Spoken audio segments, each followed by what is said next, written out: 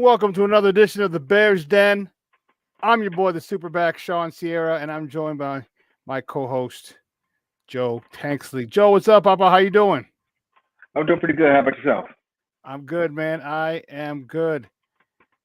It's a collaboration between War Media and Sports Zone Chicago, and we're going to preview Week 14's matchup. 14? Week 14. No, Week 14's matchup. Unbelievable. Chicago Right. Bears hosting the Detroit Lions, a team that they had dead to rights a few weeks ago, and they let them off the hook. Right. You know what? I was just thinking about Dennis Green. When you mentioned that they let him off the hook, and it seemed like the Bears knew who they were, exactly who they were, and they let him off the hook last time. And I'm interested to see, how this is going to play out in Soldier Field this week. I am too. How do they show up? Are they defeated? Are they angry? Do they have a chip on their shoulder? All right. Mhm. Do they have, are they, are you pissed? Bottom line, are you pissed? Right. You had them. You had the division leaders. All right. Down by 12 with 3 minutes to go. You Mhm. didn't put it away. Talk to me about how you think this team's going to come out. You know what? I do think that the Bears will, come out with a chip on their shoulder, especially that defense. I think we saw that we have seen them give away some late leads this year, and last week they was able to kind of seal the deal. Well, not last week, but the week before last against Minnesota, they were able to kind of seal the deal. And I think that defense, and Matt Eberflus, specifically, calling that defense, I think they're starting to turn the corner, um, so to speak. With the amount of pressure that they've been able to get, the amount of turnovers that they've been able to have, and finally being able to close out a game on the defensive side of the ball, help close out a game and get it back. I think that was a big win for the Bears. Collectively, it took everything. It was an ugly game, but one that they needed to have, and they did what they needed to do to get it. So I think, going into Soldier Field this week against the team that they had beat, it really dominated, the majority of the game except for the last 4 minutes or so. I think, I think they're going to be confident and know that they can play, and beat those guys. I hope so. I mean, they know they can beat them. They had them. Um, and they just let them off the hook, for lack of a better term. I think Right. they and we talked about last week that comeback, and I know it wasn't a pretty game. I know it Right. wasn't a game to write home on the mom or the clinic. It definitely wasn't a clinic, but what it was the Bears coming back. The Bears, Hmm. um, the Bears showing resiliency. The Bears, Refuse to lose. yeah, these games are ones that we would lose easily, and Hmm. for us to kind of weather the storm, they try to come back a little bit, but our offense was able to put them away. Hmm. I think that gave them a lot of confidence going into the bye. I think that, I hope that a lot of people stayed close to Chicago and worked out at Hmm. Hallis Hall. You got 5 weeks left, man. You're going to go on. You're not making the playoffs. You have 5 weeks left. I hope a lot of them stayed and really did some extra work up at Hallis Hall. I mean, hell, it didn't matter whether it was nice out, but you could have gone to Peyton Domes. They have the facility. So I Hmm. just hope that they really they took this serious, because here's a chance to to run the table. I mean, you really Hmm. legitimately have a shot at going 5-0. Now, I think they might go 4-1. I Hmm. think 3-2 is the absolute worst, but they have a shot. Hmm. And and that's all you can ask for in this game. You have 17 opportunities.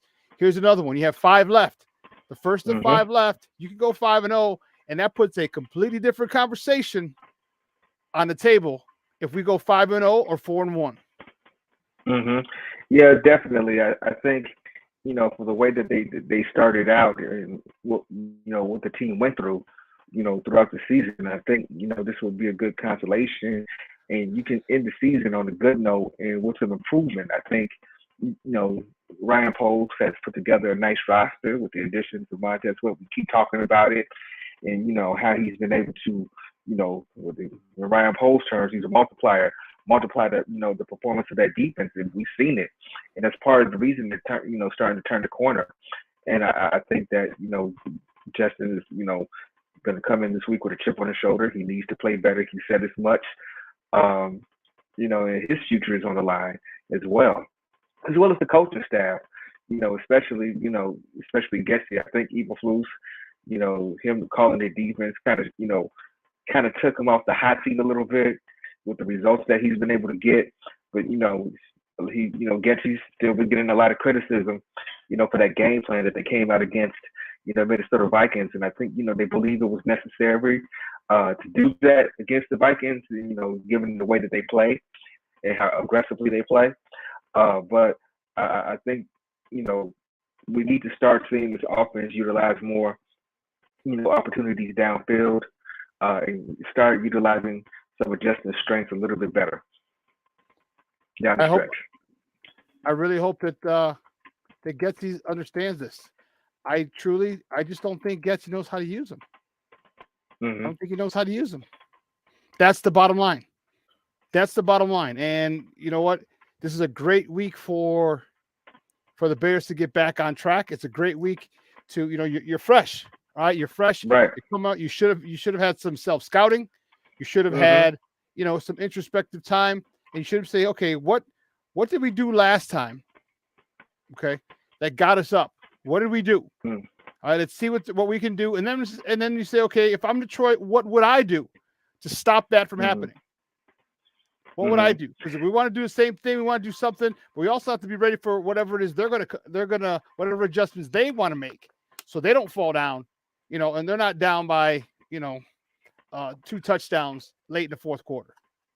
And that's real interesting. I did take, since the Bears weren't playing, I did take in that Detroit Lions and New Orleans Saints game, and the Lions let the Saints back in the game, and yes, they did. The Saints were able to get back in the game because of Taysom Hill and what he was able to do with his legs, and they really didn't have an answer for it. And we kind of saw that the first time that they played against, Justin and the Bears at Ford Field. This team is acceptable to the quarterback running the ball, and they really don't have an answer for it. And I think sometimes that we've seen with, Getsy, he kind of, comes with the counter before there's anything to counter. You know what I mean?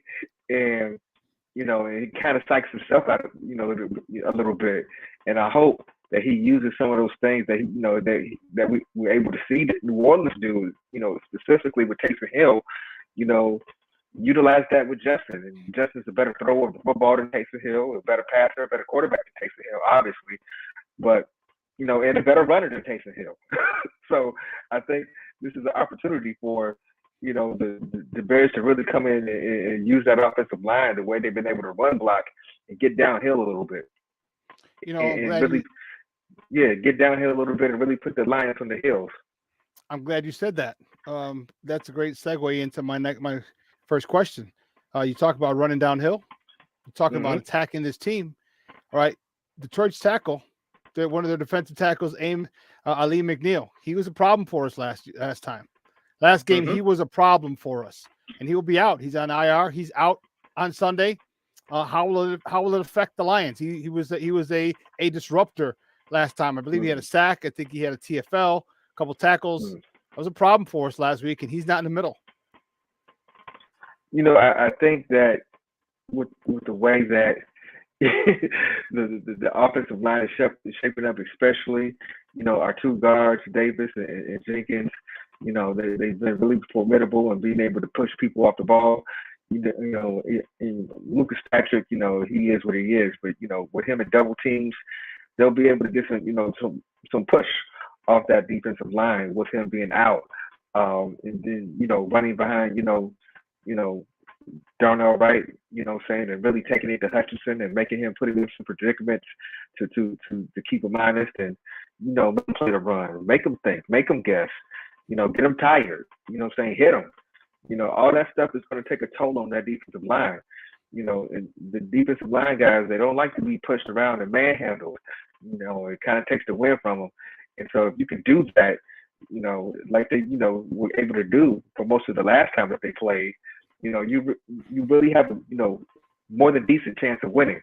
And we've seen it with this team, with that Detroit Lions team. If you can run the ball and be physical with them, you can beat them. I couldn't agree more, and I think you need to run the ball right. Whoever takes is taking over McNeil's spot, and you also need to run right at Aiden Hutchinson. You need to run right at him. Don't allow him to chase plays from behind, because he will.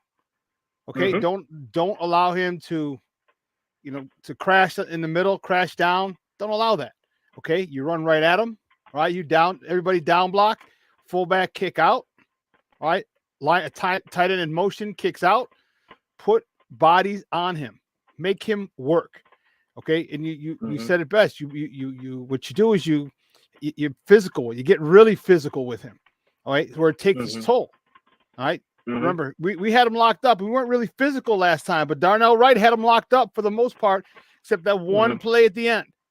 Okay, why? Because he was able to draw back. Because we weren't hitting him. He was being handled by Darnell Wright, but he wasn't being bullied. That's what I think we need. We need to bully him. We need to bully him.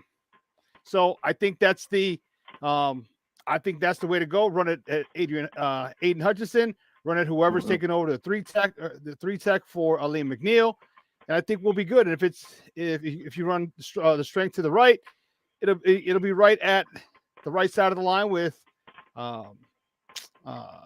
Darnell Wright and Nasty Nate Davis, and I think we'll do just fine. Yeah, I agree. I mean, I think these last 5 games are going to be able to answer a lot of questions, for Bears fans as to who the Bears really are going forward. And I think it's going to be able to answer some questions for that, that coaching staff. Like I said before, I think more so than Eberflus, Getsy is on the hot seat with these last 5 games. I think I could really foresee a scenario. I said it before that but Flus is back and Getsy is gone.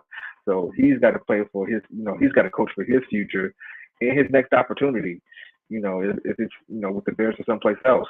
And so I'm really excited to see, what's going to happen these next 5 weeks, because I think they're going to answer the call. Well, let's talk about this. I'm glad you asked that question. This is the very next question.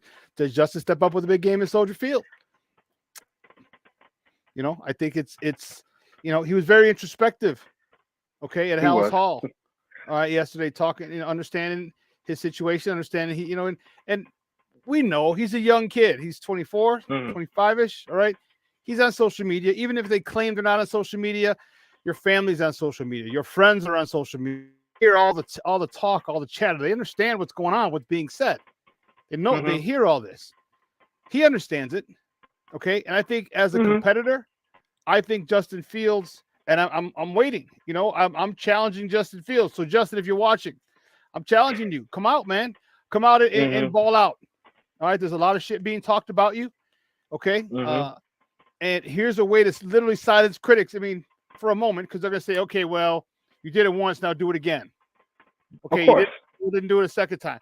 But if you, in all reality, he's done it the last few games. Now he just needs to continue to build. I hope Justin comes out and has a hell of a game. I hope he throws for 200 and runs for 100. That's what I'm close to 100. Because at that point, now you can't really say much except, well, we'll do it next week. Okay, well, then do it next week. We got the Cardinals. And then next week, we'll have the Falcons. I mean, right there, boom, 1, 2, 3. There you go. Right. And I think this, no, Cleveland. I'm sorry. Cleveland's next week. Cleveland next week. Cleveland. Then the Cardinals and the Falcons at home, and then on the road for Green Bay. Right.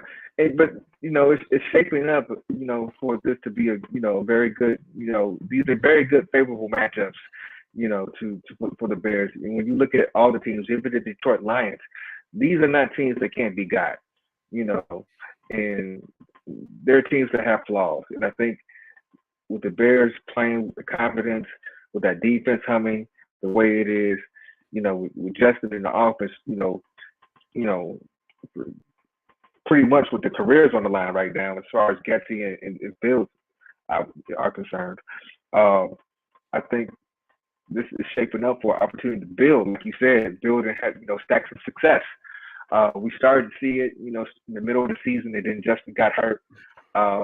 So I think this is the opportunity for Justin to really show what he can do, and this is an opportunity for Getsy to come up with game plans that utilize Justin to the best of his abilities, because people haven't seen it.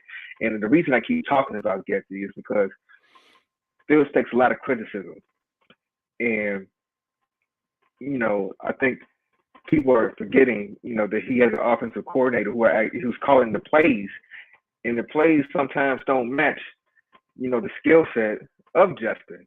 And so that has to be criticized too and analyzed. And I think people should start pointing the finger more at him. I don't really like the way that Getsy talks about Justin and, sneak disses him in press conferences. And so, I think more of the onus should be on Getsy to come up with a game plan to win. Yeah, I mean, they both, don't get me wrong. I am definitely critical of Luke Getsy, but I'm also critical of Justin. Justin's got to do better. But you need a coach. But you need a coach. You need a coach. Right. You need a coach to help you. You need a coach to put you in good positions, and that's what Getsy has to do better. All right. One of the things that I'm concerned about, like I have to go back and watch the All-22 on some of these games, because everyone talks about, oh, there's wide open receivers. Okay. Well, first and foremost, every quarterback misses wide open receivers, just doesn't see them. It happens. Okay. Mm-hmm. But the most important thing is, for me, is my guy Coach T was talking about it last week. What are Justin's progressions? Okay, people don't understand. Okay. Now we're sit down, sit back, relax, and strap it down, get out a pen and paper, because I'm about to take you to school here. Okay, everybody. This is why you listen to people like me. All right. The how are those concepts run? Mm-hmm. Okay, so for example, if you say you got a go out, you got twins left, split right, tight end right as well. Okay, mm-hmm. You got one guy running a go route, another guy running an out route or a curl. If you're teaching Justin and you're saying, hey, if they're to cover two, I want you to look over here. Can you get it between the corner and the safety? Okay, fine. Or if you get outside, if it's a cover three, get it outside. Here's what I need you to do. I need you to go there first and then come back down to the out route. But on the other side, you have a deep in. Well, or a 10-yard in. Well, guess what? He has to wait. He has to wait and see if this go route's gonna take off. If it's gonna be open, if he can throw it, he has to watch the safety. Got to watch his guy. And then if his progression is come back down here to the flat on the left side, he's got to go deep to short. And then you want him to go all the way over here. By the time he looks over here, this guy's already snapping in hand, waving his hands, and a defensive back can get on him. How are his progressions set up? Mm-hmm. If you set him up high, low, other side, and then he has to go to the other side of the field. Well, if the other side of the field opens up quicker, you're going to miss a lot of throws. So these have to be married better. So you have to have a guy come up. If you're going to go, it should go high to intermediate, and that's where you have the guy running all the way across with a drag route, run a crossing route, then low. But if his routes are high, low, opposite field, he's not going to get to the opposite field because that guy might be open for 2 seconds, wide open for 2 seconds, and now by the time he gets back to him, that window's closed. So I need to go back and double check and see how he's marrying these concepts. Because if you're marrying concepts like that, well, no one, and then Justin's holding the ball because that guy the go route didn't come out. Over here didn't come out. So let me go back here. Oh man, there's pressure now. Like, John, throw the ball. He was open before, but that's not his progression. It's easy to sit there and say the guy's wide open, but if you don't know where his progression starts, makes too much sense.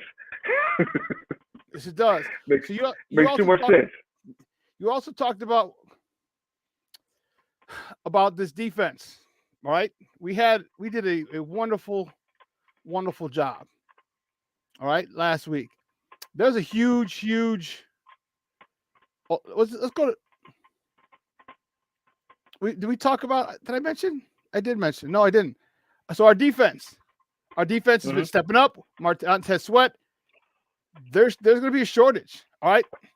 Detroit center Frank Ragnow will miss Sunday's game. How's it going to affect the Lions? He's their play caller. He calls the shots across the line. He sets the protection, calls the strength.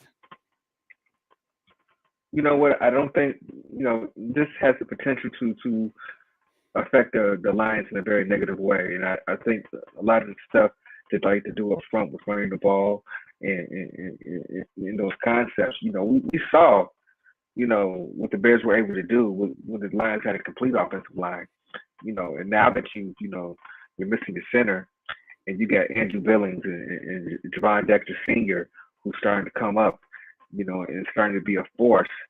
Now you have these things coming together, against a replacement level player. I think it has the possibility to be another big day for that defense.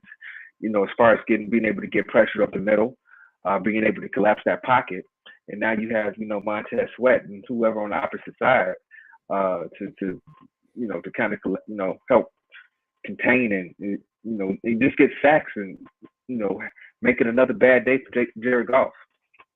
I think that's a big possibility that we could see there. I think what the center, we've seen it here. The center's one of the most important pieces of the offensive line, and when you don't have a good one, it messes a lot of things up. Oh, we know that firsthand. Yeah, we know that firsthand. And so Ragnow is a solid vet, a very good player, has been for a long time, and he's going to be sorely missed in that game. And he's probably keeping their coaches awake, at night without him being able to play. Trying to figure out what Flus is going to do and how they're going to keep Billings and Dexter out of Goff's lap. Andrew Billings is going to have a great opportunity. All right. Andrew Billings is been able to consistently collapse the pocket from the inside. Okay. Now he's going up against a backup center who's going to have help. Don't get me wrong. They're not going to leave the center one-on-one with him most of the time. But then all of a sudden that means a Javon Dexter is going to be one-on-one. Okay. Because they're going to need a double team for Billings. So now, but you got to double team Montez Sweat because if you don't double team Montez Sweat, and don't get me wrong, Detroit's got a really good offensive line. Remember, we played him with Montez Sweat. He got a good offensive line, but I'll take my chances with Montez Sweat. And then the progress that Javon Dexter Jr. has achieved to this point, I'm anxious to see him consistently in one-on-one battles. Or you're going to have to keep a running back in and or a tight end in. Now you're taking more people out of. Now, if you're taking people out of the routes, now guess what? We can even blitz a little more. We can get a little blitz happy. Right. And, we picked off Jared Goff 3 times. I thought it should have been 4, if I'm not mistaken. They had 4 turnovers. I think it was 3 picks. 4 turnovers. Yes, 3 picks. Yeah. So does the defense come up with multiple turnovers again because of Andrew Billings being able to get in there? If believe me, if they can't handle Andrew Billings, there's a problem. Jared Goff is not mobile. He is a statue. We know Montez Sweat is going to give you pressure from the right side, or the defense is left, offense is right, and we know that that pocket is going to collapse in the middle. Jared Goff's not going to be able to step and follow through on a lot of his throws. Here's where advantage comes to the strength of our defense. The secondary. How do you think they're going to play with this pressure that we're anticipating because of the absence of Frank Ragnow on the Detroit offensive line? You know what? I think those guys got to be looking at chops. They know the ball is going to come out, which means they can play a lot more aggressively. They don't have to give as much cushion. And I think when Jalen Johnson, this is the game that he has to make his money. You know what I'm saying? We've seen it 2 weeks in a row. He dropped a pick 6.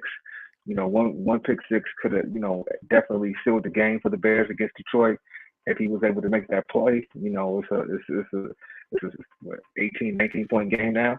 Well, it was 7-0. If he picks it, it's 14-0 instead of 7-7. So right, So yeah, you increase the lead with that play, and make your chances of winning a lot higher. And I think he understands this. He said as much. He's leaving money on the table when he doesn't make those plays. And so I think this is another opportunity to prove himself against Amon Ra St. Brown. And I think he's going to be game. I think that secondary. Kyler Gordon. I'm looking for more out of him. He's been great ever since he's came back from that hand injury. I like his physicality, the way he's been able to tackle, the way he's been around the ball. Brisker is starting to come alive and being a lot more, aggressive and being in a lot more plays. Now we just need Eddie Jackson to step up. He said it earlier this week that he was starving for an interception. Well, he needs to play better and get his head in there and not blow coverages, and be where he needs to be. And so I think this is an opportunity for all those guys, to eat and, get those turnovers. TJ Edwards, he's been around the ball a lot and, helping to get some of those turnovers too. Jack Sanborn has been around the ball a lot. And so when the ball's coming a lot, you can play a lot more, aggressively. And I think that's what we're going to see. I think we're going to, see a very aggressive secondary this week. I hope so. I really, really do. Another question going back to the offense. I mean, do the Bears, or I should say, does the Bears, does the ground game go off this week? You know what? I think Dante Foreman was a full participate. This today, and I think they sorely missed him being out. I like the way he runs the ball. He's very punishing and gets downhill. He hits the hole hard. I think Khalil Herbert, he came back, but I still think he doesn't look very sure, when he's on the field. So I think having a guy like Dante Foreman out there who's going to go out there and punish, he's a very punishing runner. And this goes a part of just being physical and, making sure that, that defense feels the toll of what you've been able to do to them. And I think Dante Foreman is a big part of that.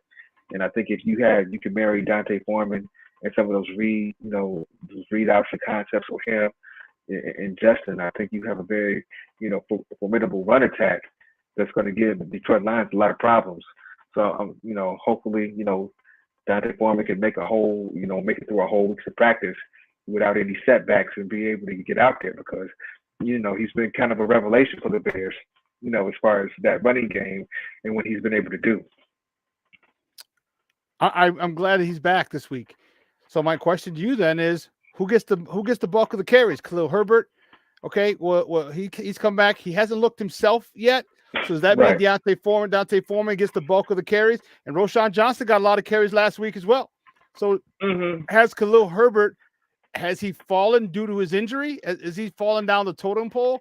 Because now you need some and you want some powerful physical backs running against this Detroit Lions team.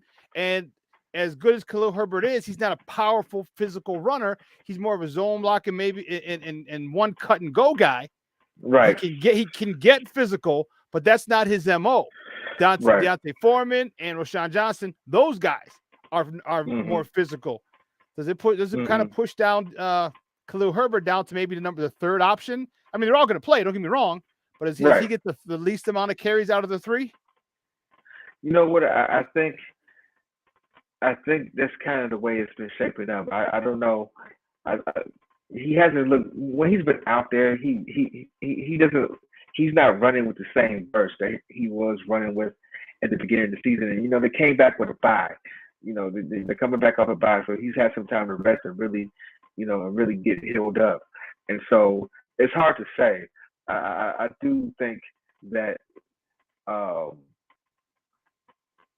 I do think Dante Foreman's going to get the bulk of the carries, and I think the other running back. I'm still going to lean towards Herbert. I have a feeling that the offense, coordinators and those coaches still trust Herbert a little bit more. Johnson running, yeah, I still get that feeling. Don't get me wrong, Johnson's been solid, but I still think when you talk about trying to hit a home run on a run play. Herbert does have that ability. When he gets steps on the field, and if he's back to 100%, I think that's something that the Bears are going to take advantage of. Two more things before we let you go. Oh, one more. No, yeah, two more things. First, man, I don't know if you heard the news today. Our guy Robbie Gould, former Chicago Bear kicker, Oh yeah. has retired. Mm-hmm. Robbie Gould Right. has retired. You know, I'm excited. I'm happy for him. I'm very happy for him. You know, he is shoot, hold on. He's the Bears leader he's first Points. in Yep. points, first in the franchise for career points with 1,207. He's 1st in field goals made in the franchise with 276, and he's first in field goal percentage, 85.4. We could have used him often. Oh yeah. We could have used him often. However, you know, it didn't work out. He went to San Francisco, kicked well for them, but you know, hats off to him. It was 2005 to 2022. That's a pretty good career, my man. That's a pretty good career. He's with the Bears from 05 to 2015, 11 seasons, and he still kicks 7 more seasons after that. You know what? My hats go off to him, and congratulations on his retirement. I think he's going to be he's going to go down as one of the, if not the greatest kicker in Bears history. You know, he more than likely he will. He is at this point. And like you know, congratulations to Robbie Gould. You know, I know that one of his goals was to win a Super Bowl, and that it never happened. But you know, he was able to make a very have a very successful career, and ultimately very lucrative career. I remember when he first got signed with the Bears, and all that good is gold. He said that he was working on the construction site, when he got the call from the Bears for a tryout. Yep. And that's how it all and that's how it all started. And now 17 years later, arguably one of the best kickers in history, football history, not just Bears history. He's been clutch so many times. He's been able to win so many games. They were talking about earlier on the radio about that game where he kicked 5 field goals to help the Niners beat the Bears 15-14. And so, time in and time out, impressive situations, Robbie Gould has come through, and now he's hanging up the cleats. So, I take my hats off to him. He's definitely a player that should have been a Bear as long as he wanted to. And I think, the management at that time kind of, made the situation, didn't help the situation. They kind of butted heads a little bit. And so, and unfortunately, it ended up costing the Bears, a few times. Right. So then here's the question, my man. Final score. Ooh, I was thinking about this. I'm saying the Bears are going to get 35 to 20. Ooh, okay. Bears 35 to 20. Wow. Big Joe. Final score for okay. That's man. Let me see. What do I think? I'm a little closer, but it's pretty similar. It's very similar. I have Bears 30-20. Okay. 30-20. That's my final score. All righty. Well, cool. Well, I will definitely be at the game. Demons, what's up, Papa? Bears, Demons, he's taking Bears over Lions. They should have won the game in Detroit. Yes, they should have. No doubt. I think Justin Fields is really going to do a number. I'm looking forward to Justin Fields balling out. He's a competitor. And as we talked about, we understand that. We understand that. He's hearing everything about it, about him, about his future, about Caleb Williams, about Drake May, about just, you know what I mean? He's hearing all this. And I think the fact that he, as a competitor, he wants to come out and shut people up. And he realizes it's out of his control. Like I told you, I already think it's already determined. I think they're keeping him. All right, I think they're keeping him. Okay. Okay. But at some point, he said yesterday, like, it's out of my control. If they get to them one pick and they get a quarterback, bottom line is okay. I'll go ball somewhere else. But I think I'm expecting him to have a huge game. I'm expecting him to really, really do a number. Both years he's rushed over 100 yards the last couple, if not, I think every game against Detroit. So are they going to be able to stop him again? We're going to find out.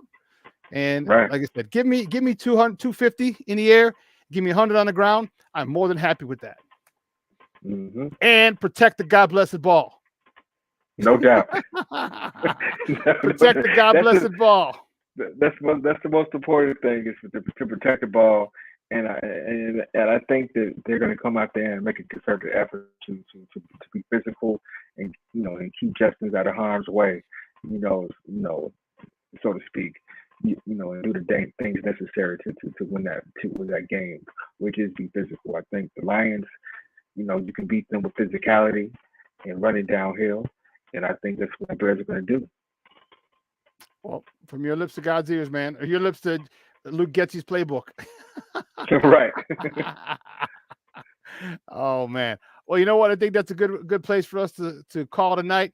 Hey, listen, folks, make sure you tune in. I'll be on Sean and Maya in the morning tomorrow here on Sports Zone Chicago. If you're watching on War Media, check us out. Check me out tomorrow on 9 a.m. to 11 on Sports Zone Chicago, our YouTube channel. Check it out. Or if you have a Roku television, do me a favor, download the Sports Zone Chicago's channel. All right, you can check me out on the big screen. I will be at the game on Sunday, press box, locker room. I'll be getting some interviews, and we'll have those edited for Sunday evening. I'll get some player interviews from the locker room. So, and hopefully they'll be coming after a Chicago Bears win. They should have beat them in Detroit. See if they can come home and take care of home field advantage. I said, and I got bold. I said 5-0. I think they might slip to 4-1, but I think 5-0. They can. It's possible, but it all starts. You can't go 5-0 unless you go 1-0. So Bears got to go 1-0 on Sunday. Take back what they lost in Detroit. I think they lost it more than Detroit took it. I can't bull jive you. But take back what they let slip away in Detroit and start this little 5-game win streak. Because you know what? That's a whole different conversation. If the Bears end up at 9-8, the Bears end up at 9-8, and even if it's 8-9, a lot of difficult questions. I think one question is answered. Getsy got to go. But but Eberflus might be able to get a stay of execution. So we'll see. But for my man Joe Tanksley, guys, I'm your boy the Superback Sean Sierra. We'll see you next week, and make sure you follow us on social media. You can follow me at the Sean Sierra on all platforms: Facebook, Twitter, Instagram, Snapchat, and TikTok. All right, you can follow Joe on Twitter and IG at badman_Tanksley. Guys, we will see you next week and bear the freak down. Peace.